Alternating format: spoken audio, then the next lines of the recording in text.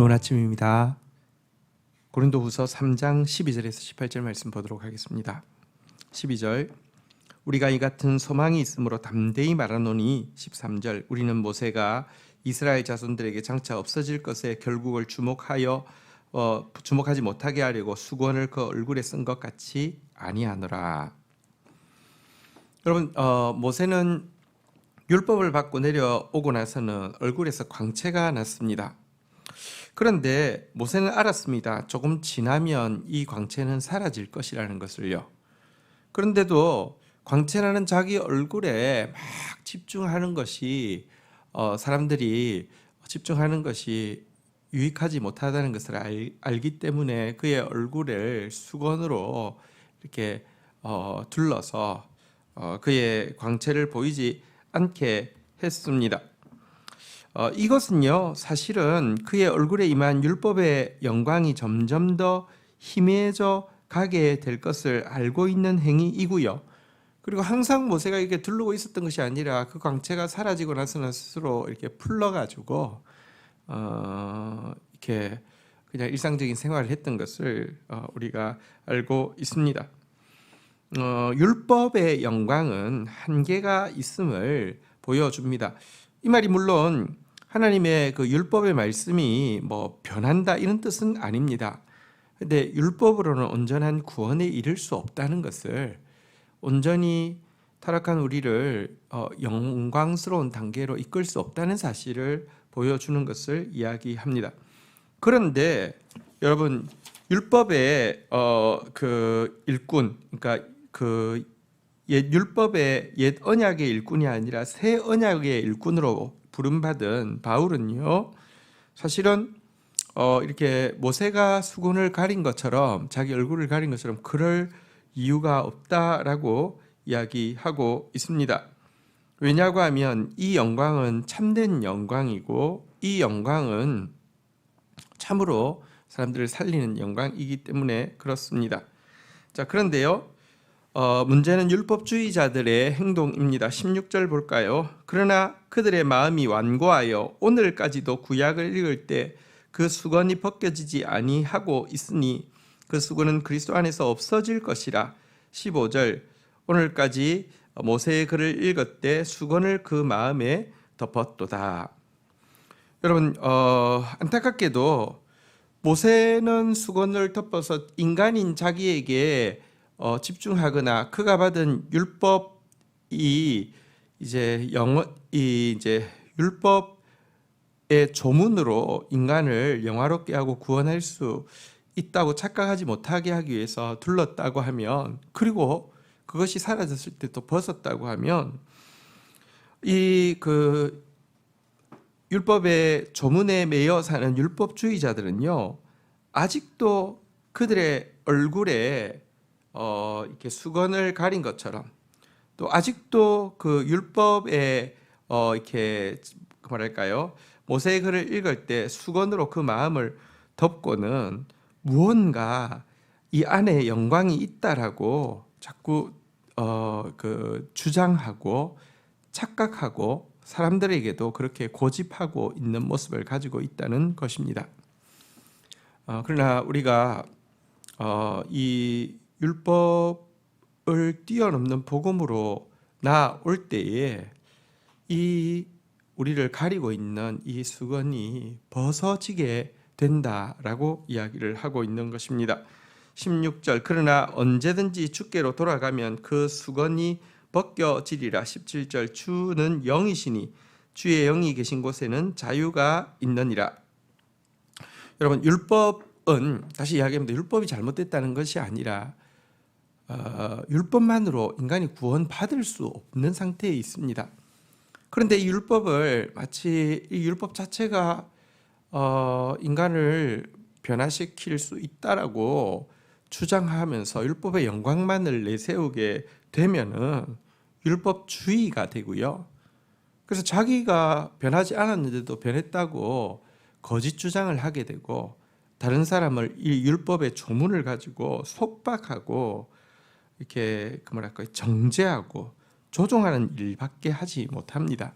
그리고 사실 율법을 바르게 쓴다 할지라도 우리가 앞에서 살펴본 바대로 율법의 기능은 우리가 얼마나 죄인인지를 깨닫게 하는 데까지가 율법의 기능이지 우리를 살리고 영화롭게 하지 못합니다. 그래서 율법은 속박을 주지만 주의 영은 자유를 줍니다. 생명의 성령의 법 안에 있을 때 우리는 율법이 주는 죄와 사망의 법으로부터 온전한 자유를 누릴 수 있게 된다는 것입니다. 주의 주는 영이시니 주의 영이 계신 곳에는 자유가 있느니라. 여러분, 이 자유는 이 중력의 법칙 아래에서는 보이지 않는 것처럼 보이죠. 여러분, 우리가 아무리 의지가 강하다 할지라도 중력의 법칙 아래에 있을 때는 이런 물컵을 하나를 들고 뭐 이렇게 내가 내 의지를 하나님께 드린다는 마음으로 내가 하루 종일 이렇게 서 있겠습니다. 사실은 불가능합니다. 내려올 수밖에 없습니다. 불가능합니다. 그러나 여러분, 대기권 밖에 가면요, 우리가 잘 때도 이렇게 하고 자도 아무런 문제가 없지 않습니까? 마찬가지로 과거에는 우리가 죄를 짓지 않고 하나님의 뜻대로 산다는 것이 불가능한 일이었지만 이제 이 새 언약으로 말미암아 예수 그리스도의 은혜로 용서하시고 예수 그리스도의 성령으로 우리에게 이 하나님의 뜻을 이룰 수 있는 능력을 선물로 주시고 나서는요, 우리는 하나님의 뜻을 얼마든지 행할 수 있는 자유를 얻었다는 것입니다. 사실 성경에서 이야기하는 자유란 마음껏 죄 지을 수 있는 자유를 이야기하는 것이 아니라 마음껏 하나님의 뜻을 이룰 수 있는 자유를 이야기합니다. 그리고 이 자유라야지 우리를 참으로 영광스러운 하나님의 형상으로 바꾸어 가게 된다는 것입니다. 18절 보도록 하겠습니다. 우리가 다 수건을 벗은 얼굴로 거울을 보는 것 같이 주의 영광을 보매 그와 같은 형상으로 변화하여 영광에서 영광에 이르니 곧 주의 영으로 말미암음이니라.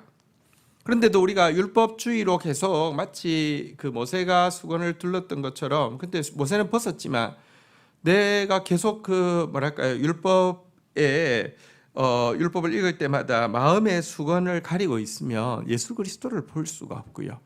예수 그리스도를 볼 수가 없으면 여러분, 우리는 예수 그리스도의 영광에 이르지 못합니다. 그러나 우리가 수건을 벗고 예수 그리스도를 보면요, 모세가 아니라 예수 그리스도를 보면 사람은 바라보면 닮게 되어 있습니다. 예수님의 영광을 보면 예수님의 영광스러운 형상으로 변화되어서 예수님의 영광에 이르게 되는 것, 이것이 신약시대에 우리가 누리는 자유요, 우리가 누리는 특권입니다.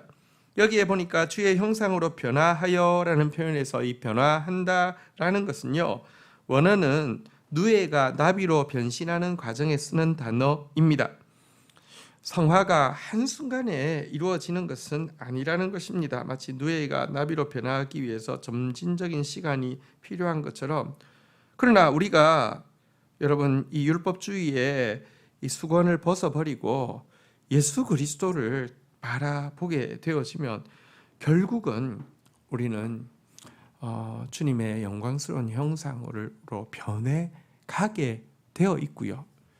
주님이 하시던 일을 우리가 할 수 있는 자유를 누리게 된다는 것이 우리가 가지고 있는 새 언약이 약속하고 있는 바입니다.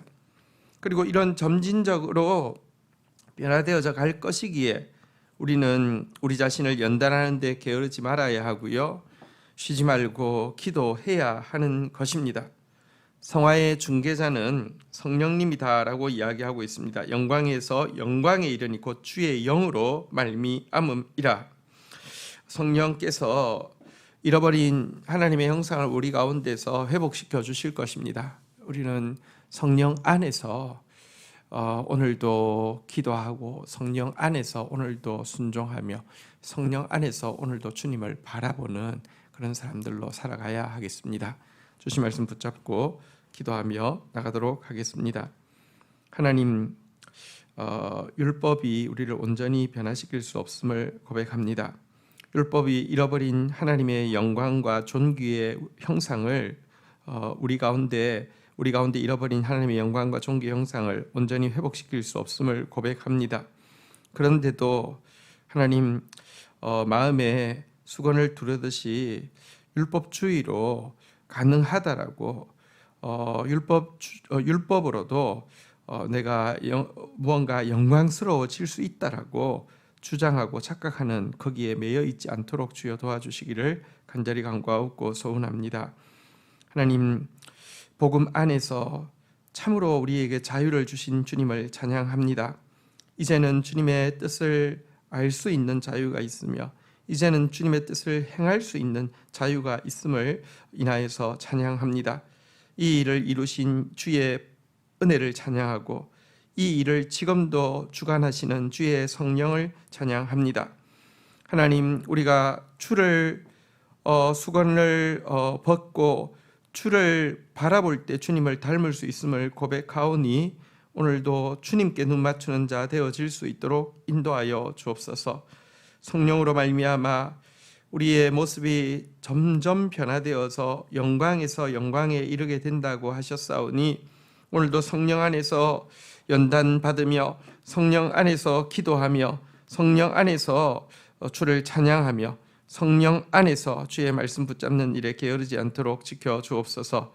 예수 그리스도의 이름으로 기도 올립니다. 아멘.